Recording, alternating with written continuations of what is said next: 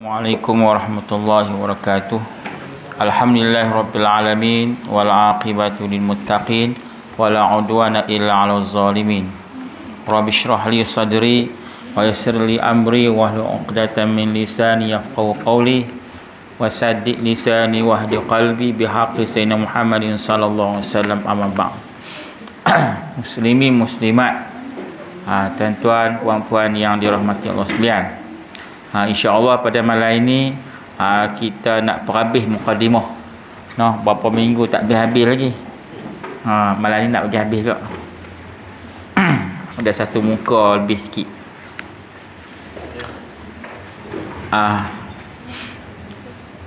Atas dasar pentingnya akidah sebagai asas agama Islam, maka saya berusaha menyusun, kata pengarang, kitab ini dengan bersumberkan nas Al-Quran dan As-Sunnah.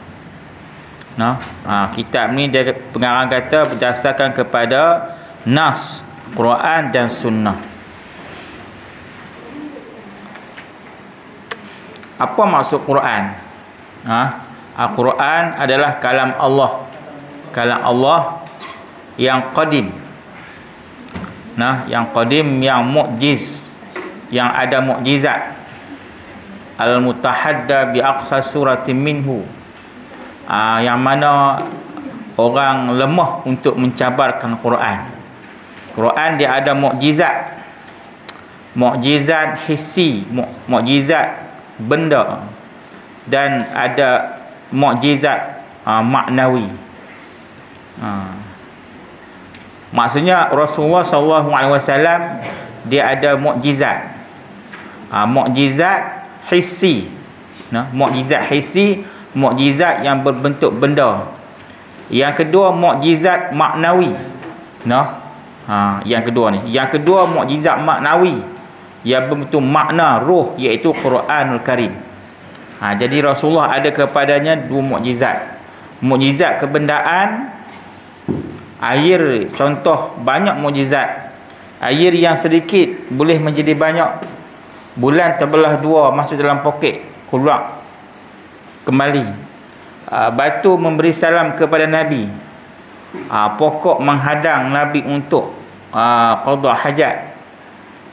Makanan yang sedikit menjadi banyak. Banyak lagi mukjizat yang berbentuk kebendaan yang ada kepada Nabi SAW. Yang kedua mukjizat Nabi yang berbentuk maknawi, roh, iaitu Al-Quran Karim. Mukjizat ni, mukjizat Quran sampai ke hari kiamat, tak habis-habis.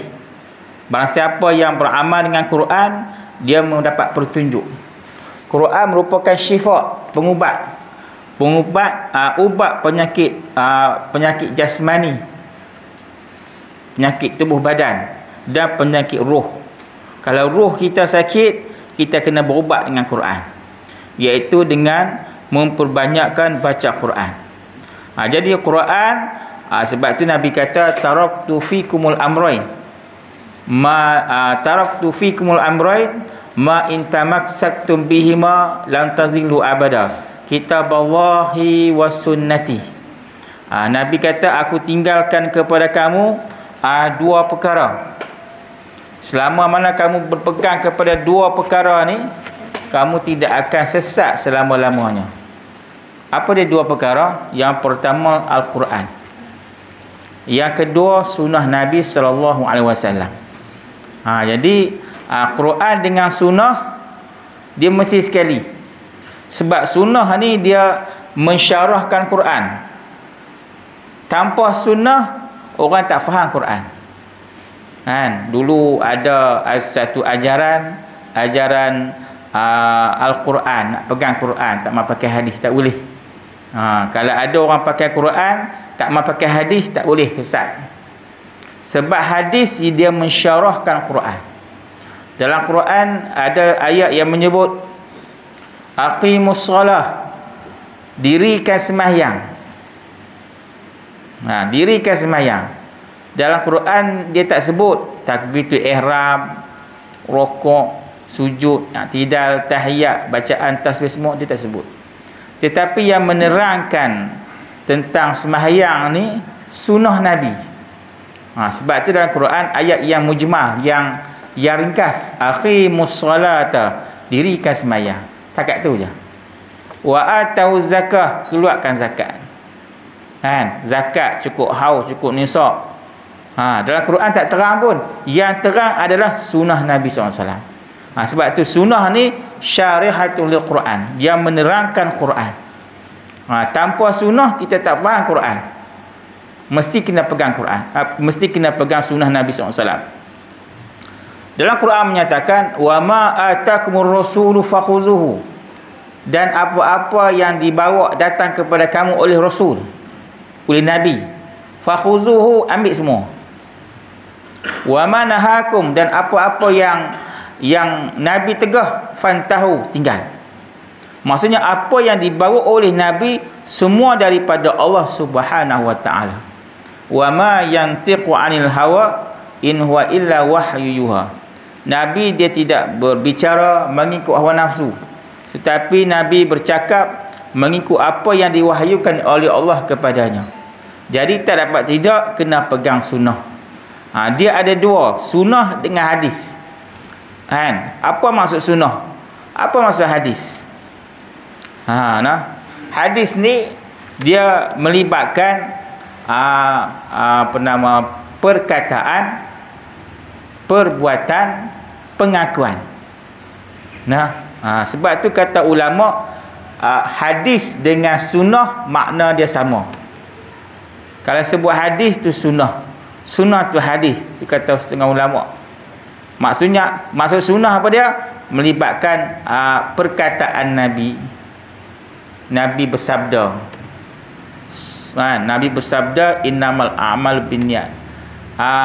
Perbuatan Nabi, sallu kama ra'aitumuni usalli, dan pengakuan Nabi. Khalid bin Walid makan dhab, Nabi tak kata apa. Nabi tak kata apa. Nabi kata la akiluhu wala uharimuh, aku tidak makan dan aku tidak mengharamkan. Itu maksud hadis. Kata setengah ulama, sunnah umum. Kalau sebut hadis, dia melibatkan perkataan dan perbuatan. Tetapi kalau sebut sunnah, dia umum, termasuk pengakuan sekali. Itu khilaf ulama.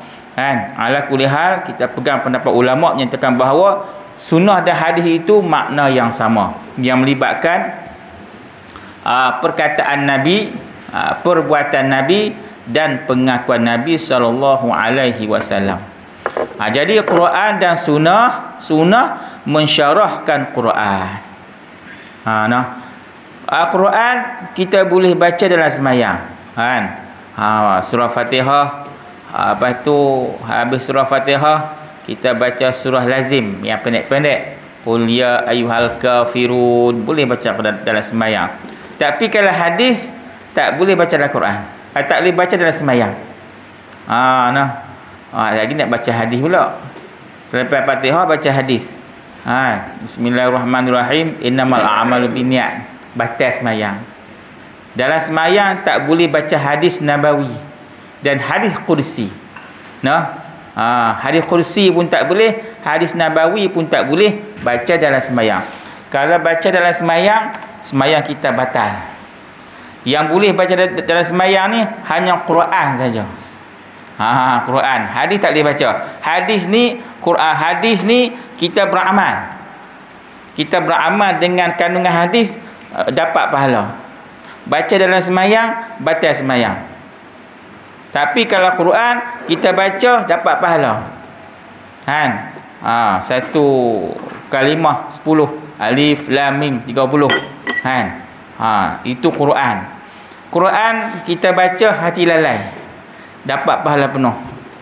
Kita selawat atas Nabi, hati lalai, dapat pahala penuh. Kalau hadis, kalau baca, belum tentu lagi. Hadis dapat pahala ketika kita beramal dengan kandungan hadis Nabi SAW. Itu. Dan juga kitab-kitab yang muktabarah, kitab-kitab yang dipegangi, yang muktabar lah, yang muktamad, yang muktabar untuk menangani fahaman akidah yang bercanggah dengan akidah ahli sunnah wal jamaah. Malam ni kita baca lebih. Oleh itu tidak keterlaluan rasanya jika saya katakan kitab ini adalah sangat sesuai dijadikan kitab bacaan bagi kelas-kelas pengajian takmir. Takmir tu mengimarahkan masjid. Takmir masjid, mengimarahkan masjid, maksud meramaikan. Takmir tu meramaikan masjid dan surau. Dan bermanfaat kepada para pembaca, pemutalaah, mengulang kaji, pengkaji, porojok, dan juga kepada para pengajar dalam menyediakan pengajaran dan pembelajaran ilmu tauhid dan akidah.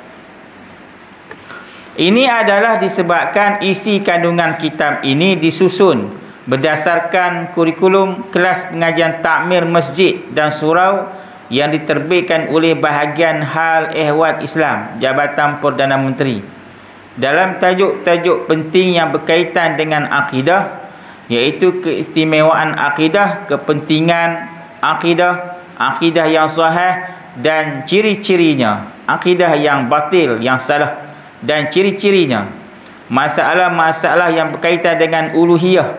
Uluhiyah tu ketuhanan.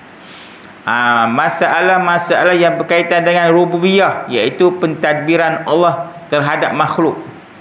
Selagi dia akan membicarakan di tengah-tengah ni ada tauhid uluhiyah, tauhid uluhiyah, tauhid rububiyah, tauhid asma wa sifat. Masalah-masalah yang berkaitan dengan keimanan dan juga perkara-perkara yang merosakkan iman dan yang menyebabkan kekufuran dan lain-lain yang berkaitan dengan akidah. Semua ni kita kena tahu benda-benda yang boleh menyebabkan manusia tu menjadi kufur. Menjadi kufur, menjadi tidak percaya kepada Allah Subhanahu Wa Taala. Kita kena tahu benda-benda ni. Kalau kita tak tahu, mungkin secara tak langsung jatuh dalam kufur. Sebab tu Nabi kata jadidu imanakum biqauli la ilaha illallah. Kita sentiasa kena memperbaharui akan iman kita dengan kita menyebut banyak-banyak la ilaha illallah. Mana tu secara tak langsung kita bercakap secara tak langsung perkara-perkara yang boleh mencederakan akidah. Sebab tu kita kena banyak menyebut la ilaha illallah. Tapi kalau orang yang nak mati, kita nak pergi talqin dia, kita pergi talqin yang ni je. Kita talqin la ilaha illallah sahaja. Muhammad Rasulullah tak perlu. Sebab apa? Tidak ada hadis yang suruh menyebut Muhammad Rasulullah. Dia nak sebut la ilaha illallah pun payah. Jenah duk ajak. Kalau orang yang nak mati kita ajarkan dia la ilaha illallah, dia sebut, lepas tu senyap, kita tak payah ajak dah. Kecuali selepas dia sebut tu, dia pergi cakap benda lain pula. Dia tanya mana anak aku, mana macam-macam tanya kan. Maka kita kena ajar pula kali yang kedua supaya dia ingat kalimah la ilaha illallah. Justru itu adalah menjadi harapan dan doa saya, kata pengarang, agar para pembaca dan pengguna kitab ini dapat memanfaatkannya dengan sepenuhnya, dan saya berdoa semoga Allah Subhanahu Wa Taala memakbulkan harapan dan doa saya ini, dan semoga usaha saya menyusun kitab ini akan menjadi amal jariah, amal yang berterusan. Jariah tu maksud berterusan lah berterusan. Kita dah meninggal, tetapi pahala sentiasa sampai kepada kita dalam kubur. Tu dia panggil amal jariah, amal yang berterusan, yang tak putus-putus. Kalau kita ada seorang anak yang hafal Quran, maka anak tu dia boleh syafaat kita di akhirat besok. Syafaat macam mana? Anak tu dengan sebab keberkatan, dengan sebab anak kita yang hafal Quran, di akhirat besok Allah Ta'ala akan pakaikan ibu bapa dia tajun min nur, mahkota daripada cahaya. Kan? Kita tak hafal Quran pun, tapi anak kita hafal Quran. Dengan sebab keberkatan anak kita hafal Quran, akhirat besok Allah Ta'ala pakai ibu bapa dia mahkota daripada nur, daripada cahaya. Ataupun ataupun anak yang selalu baca Quran daripada kecil sampai dia dewasa, sampai dia meninggal, dia baca Quran, maka anak ni juga boleh syafaat ibu bapa dia masuk dalam syurga Allah Subhanahu wa Ta'ala.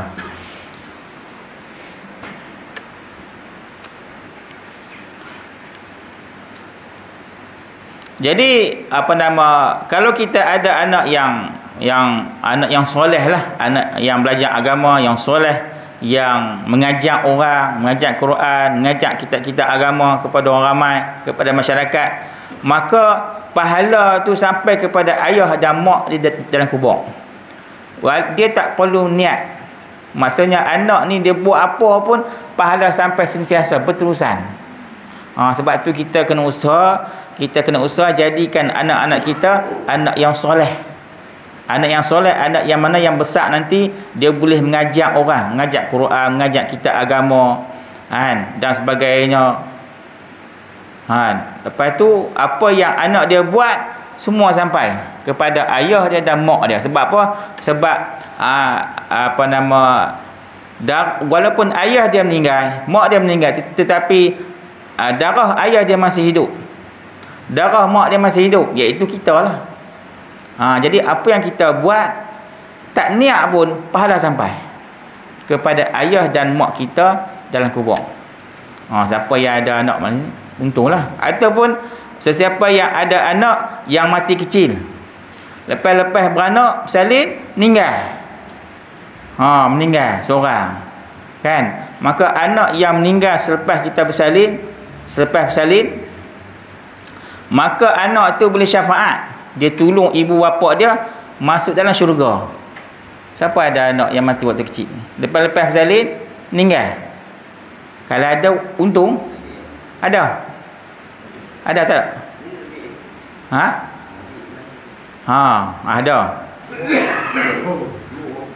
2 orang. Lagi untung. Jadi anak ni dia tunggu di pintu syurga. Lalu kata Allah kepada kanak-kanak yang tunggu di pintu syurga, sebab apa kamu tak masuk syurga? Kanak-kanak terjawab, ya Allah, kami duk perhati mak kami tak nampak-nampak, duk perhati pak kami pun tak nampak, pergi mana? Kata Allah, masuk dulu. Tak. Anak tu kata, kami tidak akan masuk syurga selagi kami tak melihat wajah ibu dan ayah kami. Rupa-rupanya ibu ayah dia duduk dalam neraka, kena seksa. Allah Ta'ala perintah malaikat, cuba pergi tengok ibu dia, mak dia, pak dia dan ayah dia ada dalam neraka. Dia tengok ada. Ambil keluar, mak pak dia ambil dikeluar daripada neraka, kemudian dimasuk dengan anak-anak tu ke dalam syurga Allah Subhanahu wa Ta'ala. Tu syafaat lah. Tapi kalau seorang ibu dia bunuh anak dia waktu kecil lagi, lepas beranak pituk dalam tandas, tok tepi jalan, anak ni bukan syafaat, dia tolak masuk neraka ke dah. Tu kena faham elok tu. Anak tu syafaat. Kalau buat tak elok kat dia, pituk dekat tandas, lempak tepi jalan, anak tu pitolok ibu dia masuk dalam neraka Allah Subhanahu Wa Taala. Nak buat apa dah? Bukan syafaat.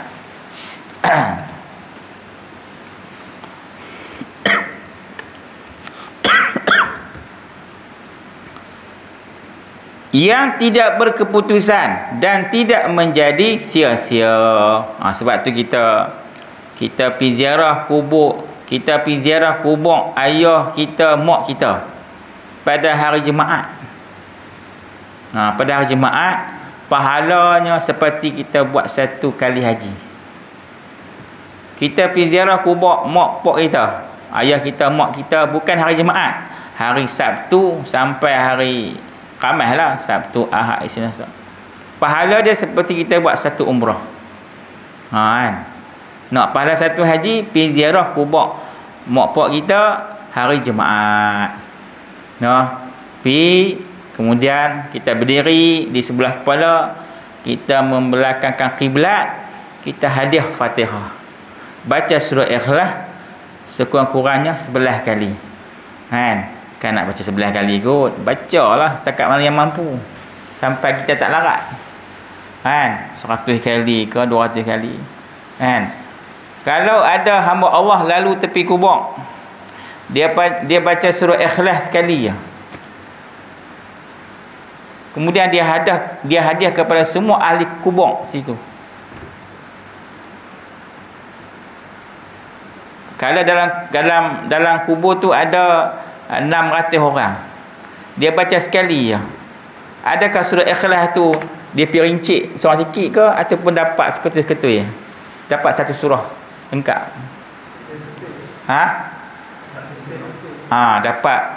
Dapat lengkap.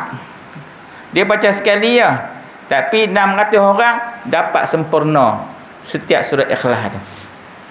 Tu pentingnya surah Ikhlas. Kalau kita baca ketika kita sakit membawa maut, baca 200 kali, menyebabkan jasad kita dalam kubur tak busuk, tak rapuk dan tak busuk.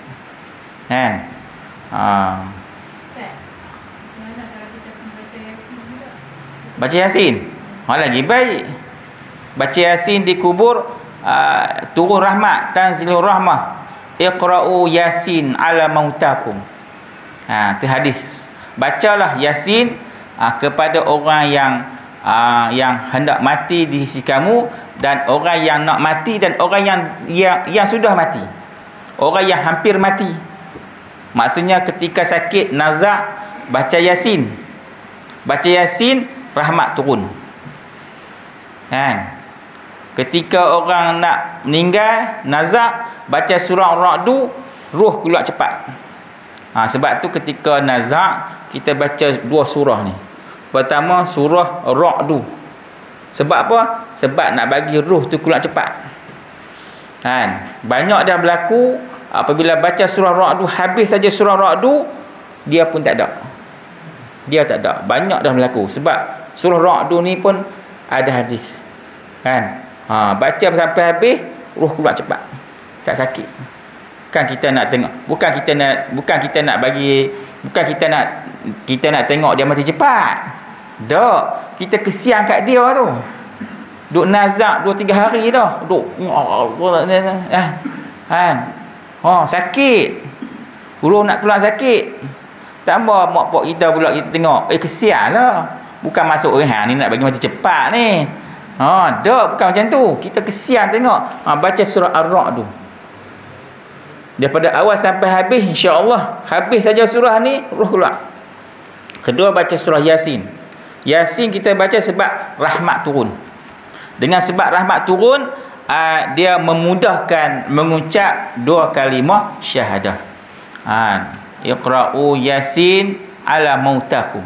Bacalah Yasin kepada orang yang hampir nak mati dan orang yang sudah mati. 2 benda tu, nak mati dan sudah mati. Hak mati kita baca di kubur. Baca surah Fatihah, surah Ikhlas bang 2-3 kali, baca surah Yasin, baca. Ataupun kita baca surah Al-Mulk, Tabarakallazi. Aku baca surah Tabarakallazi, niat nak hadiah kepada mak dan ayah, sampai pahala, sampai. Tak boleh baca di kubur, lagi dekat, sampai tu. Tidak ada khilaf ulama lah. Kalau baca di kubur, memang tidak ada khilaf ulama, memang sampai direct. Ada tak bid'ah. Sebab baca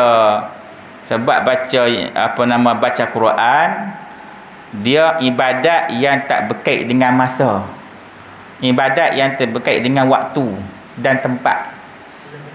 Bila-bila boleh. Ada ibadat yang kait dengan masa, waktu dan tempat, seperti sembahyang 5 waktu. Masa, waktu, tempat, Ada waktu yang tertentu. Kan? Bukan boleh sembahyang ikut dan lah. Aku nak main Isyak, tak boleh. Dia kena masa waktu dulu baru boleh sembahyang. Dia terikat dengan masa dia, dan dia ada bilangan dia. Kan? Isyak 4 rakaat. Ada masa dia. Kan boleh sembahyang sampai 6 rakaat, tak boleh. Itu ibadat yang terikat dengan masa dan waktu dan bilangan. Ada ibadat yang tak terikat dengan masa, waktu dan bilangan, seperti baca Quran. Baca apilah teman, jangan baca dalam tandas cukup. Jangan baca dalam tandas cukup. Nak baca di garden ke, di rumah ke, tempat kerja ke, kan? Tengok rehat, tak ada baca Quran, kan? Tak ada uzuk pun boleh baca Quran, tapi jangan sentuh Quran, kan? Tapi kalau kita sentuh Quran, Quran yang ada tafsir, Quran, kalau Quran terjemah tak boleh, sebab dia Quran terjemah tu dia sama banyak huruf, kandungan Quran dengan terjemah tu sama banyak, tak boleh. Dia mesti tafsir tu lebih. Contohnya kita ada Quran tu dia ada terjemah dan dia ada hadis-hadis Nabi. Terjemah pun ada, hadis Nabi pun ada, tafsir pun ada sikit. Maka jumlah tafsir tu melebihi Quran. Jadi kita boleh pegang tanpa wudu. Baca lah.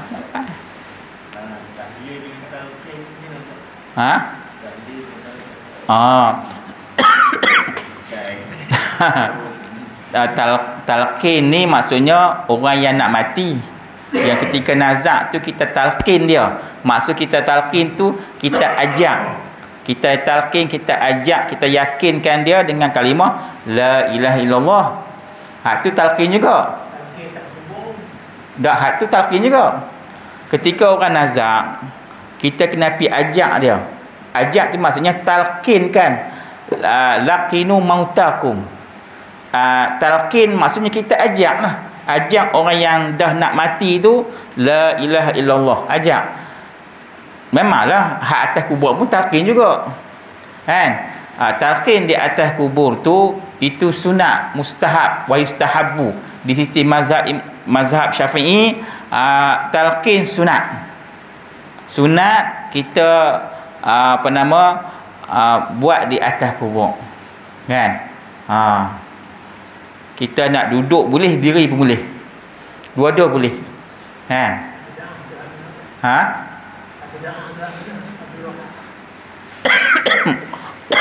Tak ada bid'ah, itu dia panggil bid'ah hasanah.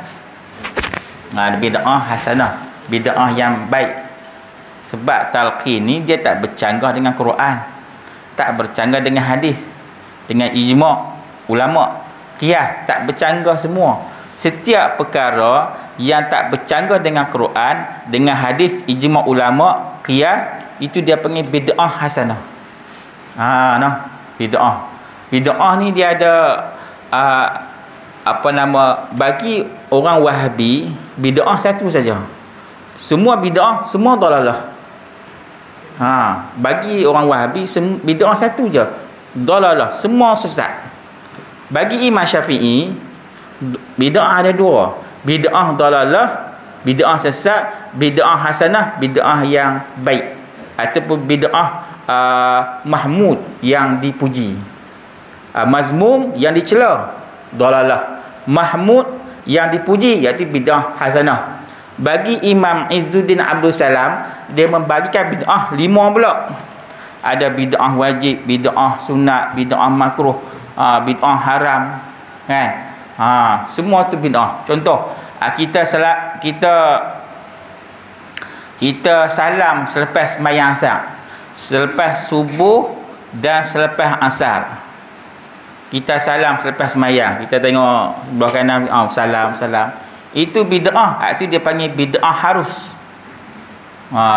Maksudnya kalau kita main surau, tiba-tiba kita jumpa kawan kita lama tak jumpa dah, jumpa kat luar. Lepas tu kita salam dengan dia. Tak apalah. Lepas tu selepas sembahyang asar, kita duduk sebelah dia pula, salam pula. dia tak panggil harus, dia panggil bid'ah sunat. Hak tu sunat pula. Kan? Ataupun yang kedua, kawan kita tadi ni sebelum main surah, kita tak jumpa lagi. Tak duduk sebelah kita. Kan? Duduk sebelah kita. Kita pun salam dengan dia. Hak tu dia panggil bid'ah harus. Tak ada masalah. Kan?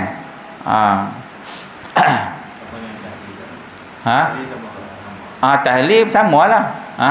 Tahlil ni maksudnya tahlil ni kita sebut la ilaha illallah, kan? 100 kali ke 200 kali ke, kita nak hadiah kepada orang yang meninggal sampai pahala, kan?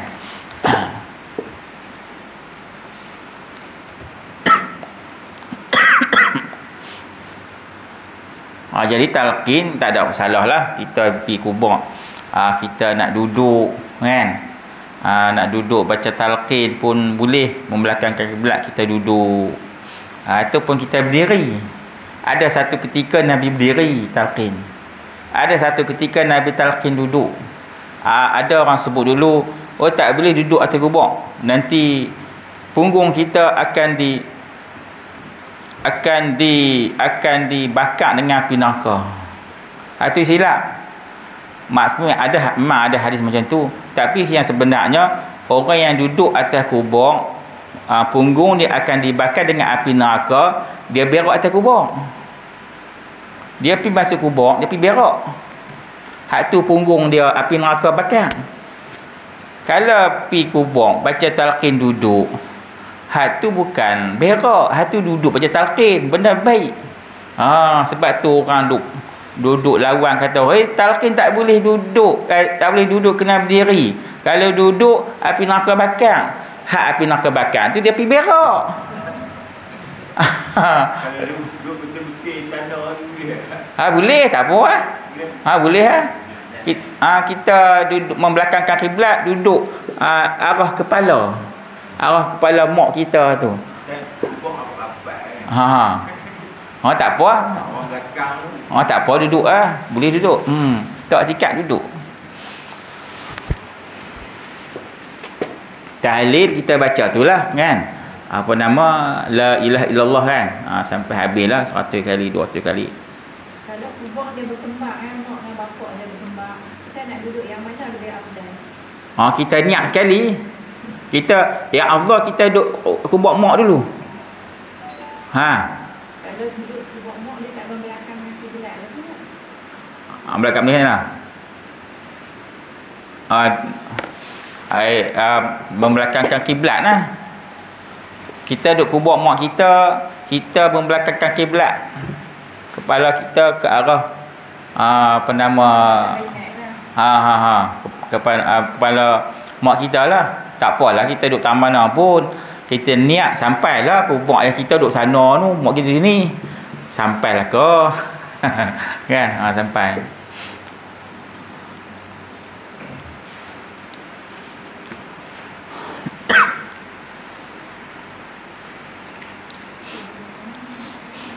Sebab tu Nabi suruh azurul qubur, ziarah kubur, tuzakirul akhirah.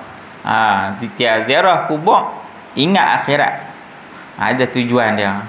Dulu Nabi sebut kuntu nahaitukum an ziyaratil qubur fazuruha. Di peringkat awal Nabi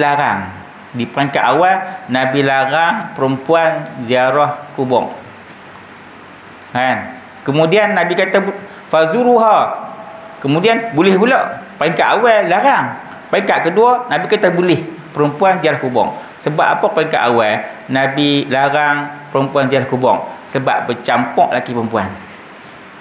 Kemudian perempuan ni dia jenis nak teriak. Masuk kubur dia teriak, ni mak aku dah. Hak tu biji sabak tu, kan? Hak tu lah. Kalau mak dia wasiat, hang ni lepas aku mati hang kena pergi teriak, haram. Mayat diseksa. Mak pak jangan ada wasiat apa-apa. Lagi wasiat lagi kalau mak mati hang pergi teriak nak seminggu nak. Tak boleh, dosa. Pergi teriak mayat diseksa. Sebab apa? Sebab wasiat. Kalau mak dia tak wasiat, pak dia tak wasiat, hak tu lain. Mak dia kata, aku mati nanti hang jangan duk pergi teriak. Aku tak redha, aku tak suka. Anak pergi teriak juga. Hak tu luar bidang kuasa dia. Hak tu dikecualikan. Hak jenis wasiat ni. Tak boleh. Kemudian Nabi kata, boleh. Sebab apa boleh? Sebab tak bercampur lelaki perempuan. Kemudian orang perempuan tutup aurat. Kemudian tak ada teriak apa, maka bolehlah orang perempuan ziarah kubur sunat. Walaupun ada qaul yang mengatakan makruh. Makruh tu sebab ada unsur maksiat. Tak tutup aurat. Lepas tu lelaki memandang kepada perempuan.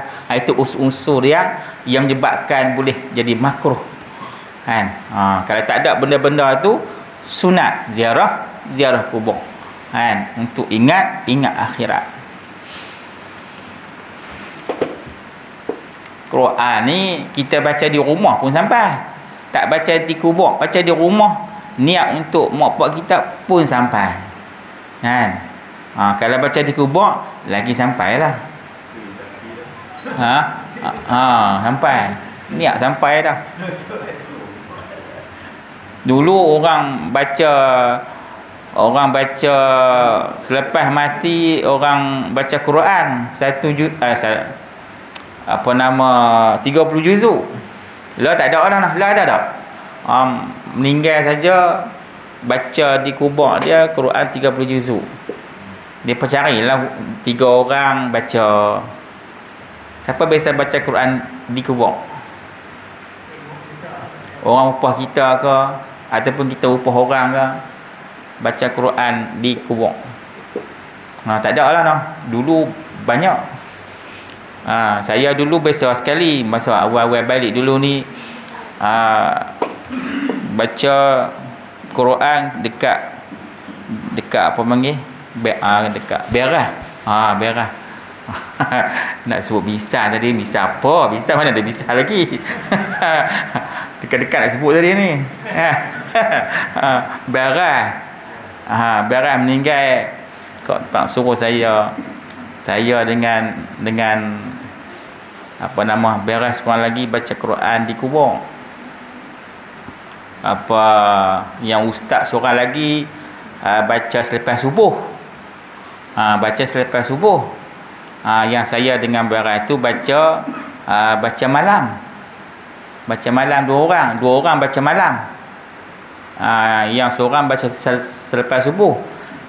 Saya kalau tahu selepas subuh, saya memanglah baca selepas subuh. Siang hari tak apa.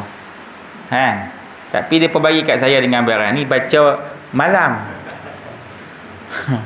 Baca malam. Tu kalau lah orang suruh saya baca Quran, saya nak ajak 10 orang pergi. Ataupun 6 orang. Jangan 2 orang. Kalau 2 orang baca Quran di kubur, pukul 1 pagi, 2 pagi, 3 pagi. Kalena. Dia pergi tandai, tinggal kita seorang. Saya terkena dah. Saya betul masa tu tak tahu. Kalau tahu lagi. Seram. Ni kubur buah merah tu. Hak sebelah jalan tu. Dalam tu. Jauh dengan rumah orang.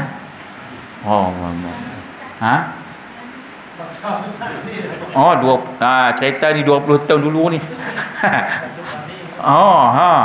Lepas tu pukul 2 pagi. Bukan pukul 9. 2 pagi. Beras tu kata kat saya, ni duk sana saya nak pergi tandai. Tandai bukannya dekat tu, dekat masjid seberang jalan tu. Saya nak kata tak payah, dia kata penakut. Kan? Kita fikir. Saya pun kata dekat dia, tak apalah, jangan pergi lama-lama sangat. Tapi juga kan. Tak apa. Dia pun pergi lah. Dia pergi lama. Oh, dia senap perut ke apa tak tahu. Ada lah tempat duk baca, ada bumbung, duk atas papan. Papan dengan tanah pun dekat ya pun. Yang batu nisan duduk sebelah ni. Batu nisan sebelah tu sungguh ni. Batu nisan sebelah ni, sebelah. Kita pakai selimut tu, dia pakai selimut. Mata ni liak ni. Dah. Lepas tu syak tengok batu nisan tu. Tengok nampak cerah. Lepas tu kelam balik. Oh, dia main macam-macam. Oh, syak nampak macam ada bayang-bayang. Oh, dia main tak tahu nak apa. Dalam hati ni liak dah ni. Bila nak main ni. Dia main satu benda macam-macam dia tak tahu kan. Lama-lama baru dia main lega kata. Lega kan. Kena macam tu ingat main. Baik kita pilih siang. Kalau ada orang suruh kita baca Quran, kita kalau malam tak apa, tapi kena ada 4 orang. Kalau 4 orang bukan 3 orang nak pergi tandas kot. Mustahil lah. 3 nak pergi tandas. Kan? Ni mesti seorang. Kan? Kalau 2 orang pergi 2 orang tak apa lagi. Hang ada, aku ada. Dia boleh lagi. Ni seorang-seorang ni. Dia tak tinggal sana. Mana tak tinggal buruk. Tak tinggal. Tak tinggal. Duk baca sampai 30 juzuk. Berapa hari?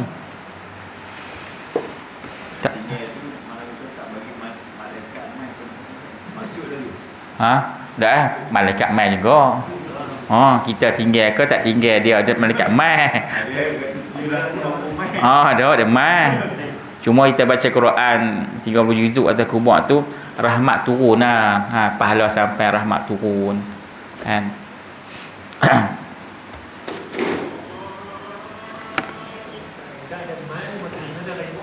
Ada mai.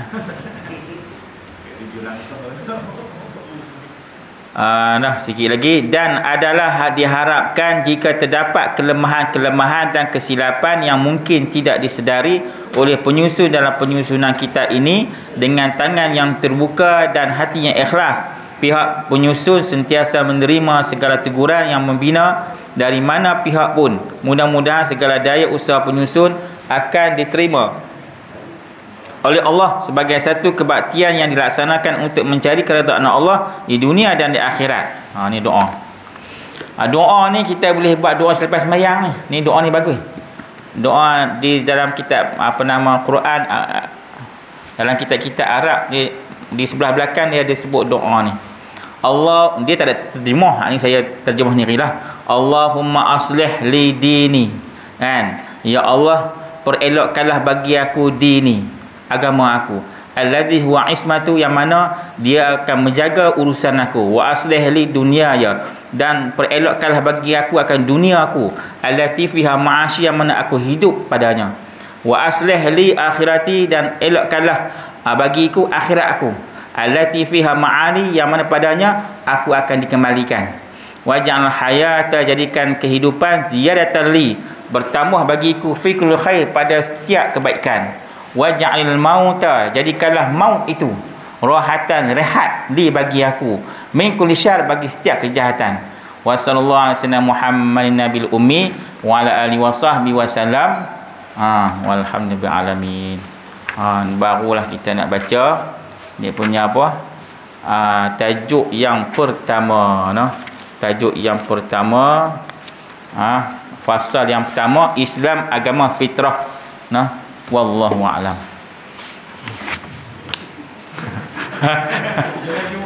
Itu lah nampak tu.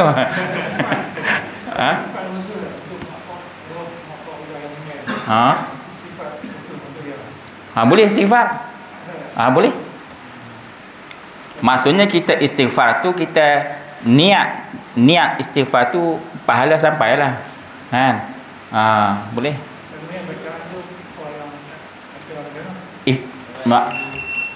Istighfar tu maksudnya astaghfirullahalazim lah, li walidayya. Boleh. Macam biasa astaghfirullahalazim, allazi la ilaha illa huwal hayyul qayyum wa atubu ilaih. Kalau ibu pergi kita Astaghfirullahalazim li wali walidayya. Boleh kan, aku dah bagi ibu bapa aku lah. Istighfar tu maksud kita mohon ampun, minta Allah Taala ampun dosa saya dan dosa ibu dan ayah saya. Boleh ringkas ya. Astaghfirullahalazim li wali walidayya walil mu'minin wal mu'minat birahmatika ya arhamar rahimin. Boleh. Yang meninggal tu sekali semua. Kalau kita istighfar, astaghfirullahalazim, kita mohon Allah Taala ampun dosa saya, wal walidayya dan dua ibu bapa saya, walil mu'minin, mukminin lelaki, wal mukminat, mukminin perempuan, birahmatika ya arhamar rahimin. Nabi. Bismillahirrahmanirrahim. Alhamdulillahil alamin. Wassalatu wassalamu ala asyrafil anbiya'il mursalin wa sahbihi ajma'in. Allahumma anfa'na bima 'allamtana wa 'allimna ma yanfa'una warzuqna ilman yanfa'una walhamdulillahi rabbil alamin.